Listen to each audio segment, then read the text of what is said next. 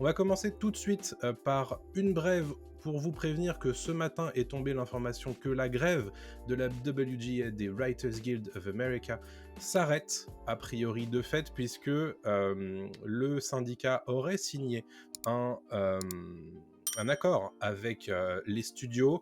Il faut encore que les termes de cet accord soient signés par les syndicats tout simplement, et qu'il soit rendu public. Donc pour l'instant on va pas vous faire un gros point sur l'arrêt de la grève, mais grosso modo c'est en très très bonne voie et on en parlera la semaine prochaine. D'ailleurs à ce sujet, on a une information au sujet de The Last of Us saison 2, vous le savez, c'est une saison qui est très attendue et qui était en pause notamment à cause de la grève. Et ouais, tu l'as dit, c'est très très attendu par les fans évidemment. Et Craig Mazin, le créateur de The Last of Us, a pris le temps de s'exprimer sur la suite de la série, juste au moment où l'annonce de la grève a été faite. Il a dit en interview qu'il est très fier de la WGA, donc justement ce qui a trait aux scénaristes aux États-Unis, et de ses membres. La grève n'a pas encore été officiellement levée, mais Non. dès qu'elle le sera, nous passerons à l'action. Donc traduction, dès qu'ils ont les moyens de prendre leur stylo, ils vont repartir en écriture. Ouais. Évidemment, ça prend pas en compte la grève des acteurs. Non. Faut faire attention à ça parce qu'en fait, ils pourront pas partir en tournage tout de suite, mais c'était pas prévu. Dans leur plan d'action avant au moins le début d'année prochaine. Donc pour l'instant, eux, ça leur permet de finaliser les scénarios de The Last of Us saison 2 et c'est une excellente nouvelle. Ça veut dire que ça va avancer très vite du côté de HBO. Ouais, c'est une très bonne nouvelle, et aussi pour la saga AFTRA, puisque si les studios sont capables de céder face aux écrivains et aux scénaristes, et probablement qu'ils vont finir par céder aussi pour les acteurs. Donc très bonne résolution pour le conflit. En tout cas, les pontes de la WGA sont très contents de ce qu'ils ont réussi à soutirer aux studios. Donc tout ça, le contour de ce nouveau contrat devrait être rendu public d'ici quelques jours. C'est pour ça qu'on vous en parlera un petit peu plus tard. Parlons d'une série d'animation qui est très attendue, c'est la suite de Invincible. La saison 2 arrive très prochainement, je crois que c'est pour novembre, on en avait parlé il y a quelques temps dans Pop News, et on a une nouvelle information de la part de Robert Kirkman, le créateur, qui nous dit à peu près combien de saisons il aimerait faire autour de cette adaptation de son comics. Alors oui, il a annoncé en fait qu'il y aurait beaucoup plus de saisons que prévu.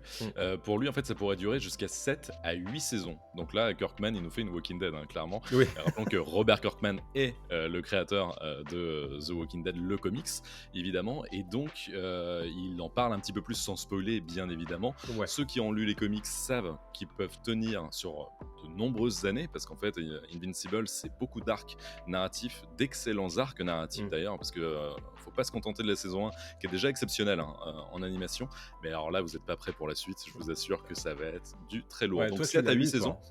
J'ai lu les comics, Invincible, et voilà, vous allez adorer, c'est sûr et certain, si vous avez aimé la saison 1. On attend très honnêtement de voir ce que va donner la 2, mais c'est toujours les mêmes personnes aux manettes, le même casting vocal, Steven Yeun, etc. Donc ça va être super. 7 à 8, on verra si la série marche sur la durée à ce point-là, mais c'est déjà du très bon. Et pour information, la série avait déjà été renouvelée pour une saison 3. Donc voilà, la saison 3 est d'ores et déjà dans les cartons. Et je me rends compte en fait que je t'ai complètement lancé sous le bus, puisque c'était une news que j'étais censé traiter au conducteur. Mais comme on est très bien préparé, voilà, et tu l'as géré, mais comme du papier à musique, je te remercie, excuse-moi. Mais il n'y a pas de souci, si tu ne l'avais pas dit, les gens ne s'en seraient pas rendus compte. Mais regardez, on appelle ça un professionnel dans le milieu. Voilà, c'est tout.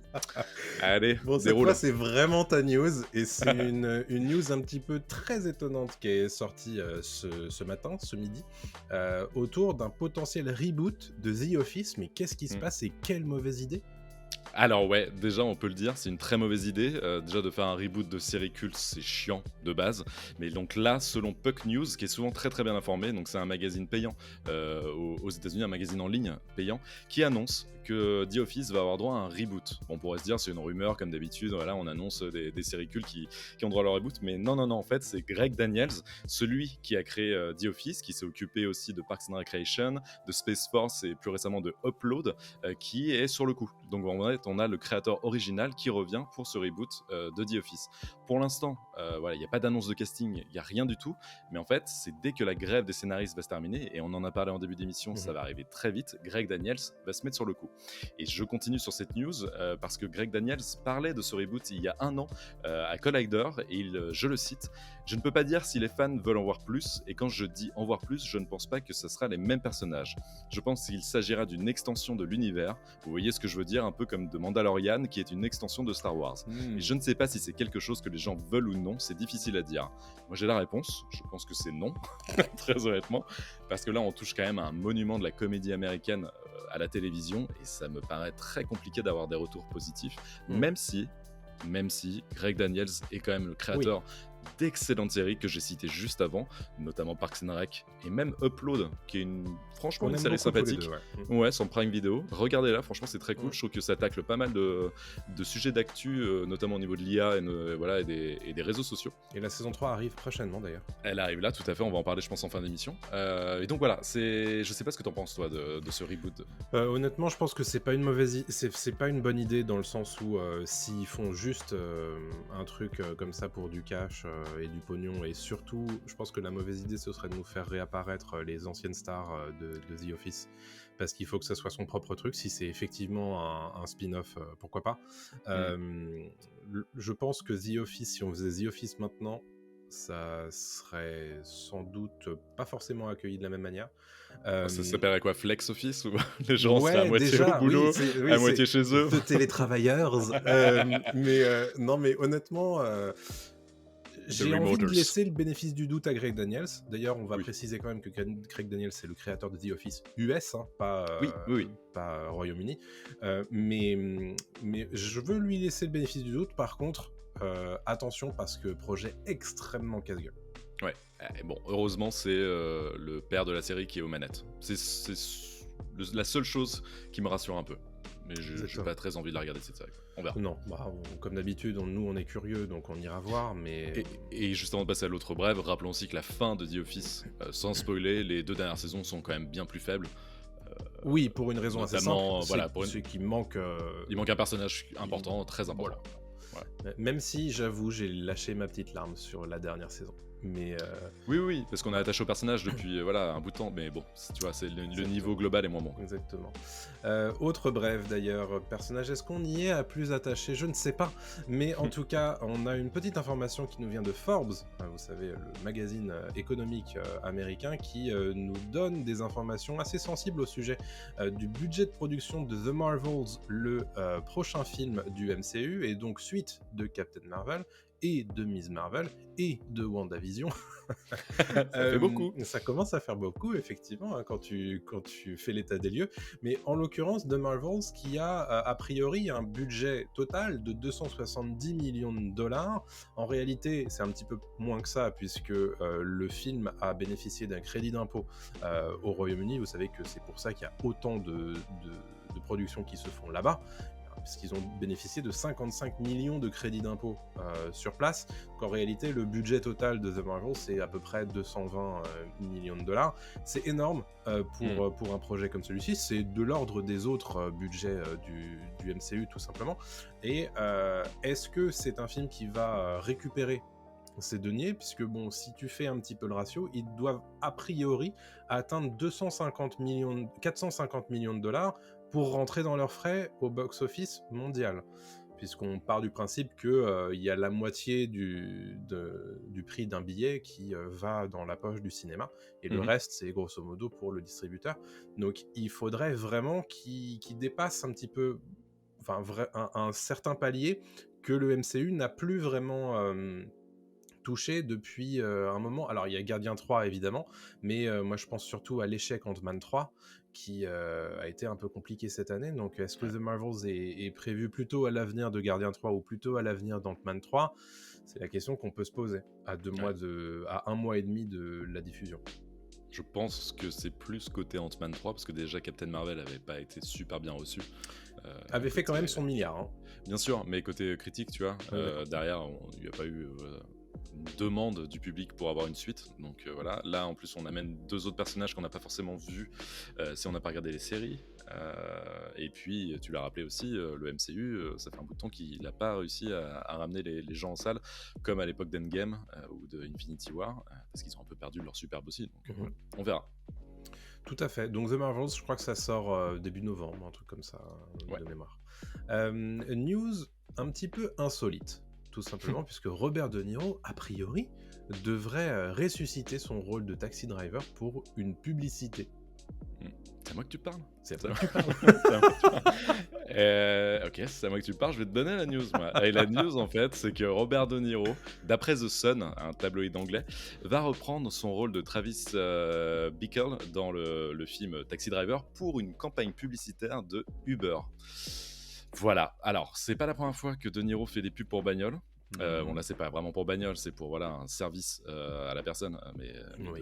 de voiture, et que souvent Robert De Niro a besoin de payer ses impôts. Voilà, c'est un peu dommage, et c'est un peu dommage qu'un acteur de cet acabit fasse ce genre de choses. Mais donc voilà, apparemment il va reprendre son rôle culte, vraiment de Travis Bickle, et il y a le scénariste de Taxi Driver, donc qui est Paul Schrader, qui a eu une petite déclaration à ce sujet, et je le cite: « Pourquoi Bob ferait cela dépasse mon entendement, mais je n'ai pas vu la pub. Si j'ai de la chance, je ne la verrai jamais. » Ce qui fait très mal, évidemment. Ouf. Et tu sens qu'en fait, ça va encore une fois, on parlait de trahir une œuvre avec The Office, le reboot, là c'est un peu pareil. Revoir ce héros, enfin c'est pas un héros, c'est un anti-héros, ce personnage dans une pub Uber à l'âge de Niro qui a 80 balais, c'est un peu triste. Enfin moi je trouve ça un peu triste. Ouais, surtout qu'on la voit un peu venir d'ailleurs la pub. Mais je pense pas que ce soit une très bonne idée ni pour De Niro ni pour Uber. Je pense que pour Uber c'est une bonne idée. Si. Pour Uber c'est une bonne idée, mais pour De Niro je pense pas. D'ailleurs je suis toujours très surpris quand il y a l'utilisation de ce genre de choses dans les publicités, parce que tu sais jamais qui donne son accord, si c'est quelque chose qui est fait sans l'accord de qui que ce soit ou pas. Mais ça me rappelle que très dernièrement il y a comment il s'appelle, Tom Felton, Drago Malfoy dans Harry Potter, qui a fait une pub pour Uber Eats où il reprenait plus ou moins le rôle de Drago Malfoy, et tout ça je ne sais pas en fait dans quelle zone grise ça se situe d'un point de vue juridique en fait. Mais parce que c'est un personnage, je veux dire, oui, moi ça me dérange moins Tom Felton parce que je pense qu'il a besoin de manger plus que De Niro, tu vois. Oui, clairement. Donc voilà, mais oui, je vois ce que tu veux dire. C'est pas mon questionnement premier, mais par contre tu disais je vois très bien la pub ce qu'elle va être. Oui, pour moi aussi, ça va être De Niro à la place du conducteur qui va se retourner en mode c'est à moi que tu parles. Et voilà, c'est tout. Mais on parle quand même de Travis Bickle qui est un personnage bien sombre, bien dark et bien sale. Je trouve ça un peu bizarre de le mettre en avant dans une pub un peu lol, un peu cool, tu vois. Oui, en termes de propos, c'est un peu bizarre. Quand même un mec qui va dans des cinémas porno et qui harcèle une nana et qui va peut-être tuer des gens. Je sais pas, je trouve ça un peu bizarre. Mais le monde de la publicité. Voilà, c'est ça, super. En parlant publicité, justement, il y en a une qui va faire, il y a une marque, une plateforme qui va faire un petit peu son beurre avec des publicités. Encore une autre, c'est Amazon, puisque Prime Video va tout simplement tester une offre avec publicité. Vous savez que c'est le cas du côté de Netflix en France, du côté de Disney+, je crois que c'est pas encore disponible en France, l'offre avec publicité, mais Amazon Prime Video va très prochainement tester ça en 2024. Ça va d'abord toucher les États-Unis ainsi que d'autres territoires, puis ensuite la France et d'autres, ainsi que le reste du monde. Mais voilà, l'objectif évidemment, c'est essayer de continuer à maintenir une croissance en termes de nombre d'abonnés dans le monde, puisque vous le savez qu'il y a eu un grand boom en 2020 et en 2021 avec les confinements, tout simplement, parce que les gens étaient chez eux, ils avaient besoin de regarder des trucs, donc ils se sont tous abonnés, et maintenant qu'ils sont un petit peu sortis de chez eux, il y a eu tendance à la décroissance. Donc c'est pour ça que ces offres sans pub partent dans tous les sens du côté des plateformes de streaming, et voilà, Prime Video est la dernière à mettre ça en place, qui viendra prochainement, on ne sait pas. Mais tout ça pour vous dire que Prime Video, qui était déjà une plateforme qui mettait pas mal en place l'autopromotion, ça devrait être une intégration, on va dire, un peu au forceps, parce que on commence à les connaître un petit peu d'un point de vue ergonomie de la plateforme. Ils ont fait des progrès, mais il y a encore des progrès à faire côté Prime Video. Et puis c'est pas comme s'ils n'avaient pas d'argent, quoi. C'est vrai, c'est clair. Ils pourraient bosser leur UX design, enfin le design de la plateforme, je le trouve vraiment aux fraises par rapport à la concurrence. Mais il s'est amélioré, hein, mais c'est pas encore ça. Hein. Non. Ok, des fuites très importantes du côté de Microsoft d'un point de vue jeu vidéo autour de la marque Xbox. Ouais, alors je vais essayer de le faire le plus simple possible. En Ouais. fait, c'est dans le cadre du procès entre Xbox et la FTC qui concerne la validation du rachat d'Activision Blizzard. Donc c'est eux qui possèdent les licences Call of Duty, qui possèdent Diablo, et Overwatch, etc. Et donc dans le cadre de ce procès, des documents confidentiels ont été divulgués qui ont révélé les projets et les ambitions de Microsoft et notamment de Xbox. Et en fait, il semble que Microsoft soit responsable de ces fuites parce qu'en fait ces informations non publiques ont été partagées par erreur. Et donc, je vais rentrer dans le détail de toutes ces news. Et il y a des morceaux assez intéressants. Je vais commencer par la nouvelle manette de Xbox. En fait, apparemment, Xbox développe une nouvelle manette qui serait appelée Sibyl, qui permettra de jouer partout, se connectera en Bluetooth au mobile et au cloud, aura une surface à retour haptique qui est similaire en fait à celle de la DualSense de PS5, où voilà, pour la petite anecdote, on ressent le moment où on appuie plus fort sur, par exemple, quand on tire avec une arme, par exemple, sur la gâchette, etc., ou quand on s'agrippe à un mur. Donc voilà, il y a vraiment un retour plus puissant sur les doigts. Donc ils bosseraient là-dessus sur cette manette de Xbox. Il y aurait une batterie rechargeable et remplaçable et un stick modulable et plus durable. Côté technologie et intelligence artificielle, en fait, les visions de Xbox sont axées sur une structure globale interconnectée avec l'implémentation de l'intelligence artificielle et du machine learning pour accélérer les projets maison et des environnements de développement plus ouverts et évolutifs. Voilà, ça dit ce que ça dit. Il y aurait aussi une version digitale de la Series X qui serait en préparation. Cette version digitale, donc sans lecteur, de la Series X serait nommée projet Brooklyn. Elle serait prévue pour août 2025 à 300 € avec 1 Tera de mémoire et une en octobre 2025 à 500 € avec 2 Tera de mémoire. Alors, je crois que la première, c'est une rénovation de la Series S à Exactement, 300. c'est ça. Ouais. Et la suivante, du coup, à 500, c'est un renouvellement de la façade en fait de la Series X. Exactement, donc, tout à fait. Parce qu'on arrive à mi-parcours en fait du cycle des deux consoles, donc ils la rafraîchissent tout simplement. Tout à fait. Ensuite, il y a une partie ultra intéressante sur le monopole de Microsoft et ce qu'ils veulent faire en fait de la marque. Et on apprend grâce à ces fuites que Microsoft envisage d'acquérir, alors non seulement des éditeurs évidemment, voilà comme Bethesda ou d'autres, mais aussi des constructeurs et des distributeurs comme Nintendo. Voilà, c'est quand même assez surprenant. Ils auraient dans le projet d'acquérir Nintendo, ZeniMax, Warner Bros Interactive, donc eux qui sont responsables voilà de Harry Potter, le dernier jeu qui est sorti, Hogwarts Legacy. Et aussi de Valve. Donc Valve qui est quand même le responsable de Steam, qui possède Steam. Valve c'est Half-Life, c'est tout ça évidemment, c'est Portal et tout. Donc voilà, ils ont les yeux peut-être pas plus gros que le ventre, mais en tout cas ils sont très fins, ils ont beaucoup d'appétit. Est-ce que ces fuites sont juste peut-être des échanges de mails où ils envisagent peut-être, voilà. Mais en tout cas c'est intéressant de voir que ça a été couché sur le papier et c'est des vrais documents qui sont sortis là-dessus. Et je vais terminer sur Bethesda, j'en parlais juste avant, Bethesda, donc ils viennent de sortir un dernier jeu récemment, Starfield, et aussi Fallout, etc. Donc Bethesda qui est un gros éditeur pour Xbox. Il y a des jeux non annoncés par Bethesda qui a été acquis, je le rappelle, par Microsoft il y a quelques années, qui ont été révélés. Donc il y aurait un nouveau Doom qui sortirait, Dishonored 3 et une suite à Ghostwire Tokyo. Qui a été mis sur le Game Pass il y a pas si longtemps que ça. Et apparemment, je termine là-dessus, The Elder Scrolls 6, qui a été annoncé il y a des années et des années, pourrait être exclusif à l'écosystème Microsoft, et donc cela exclurait la PS5.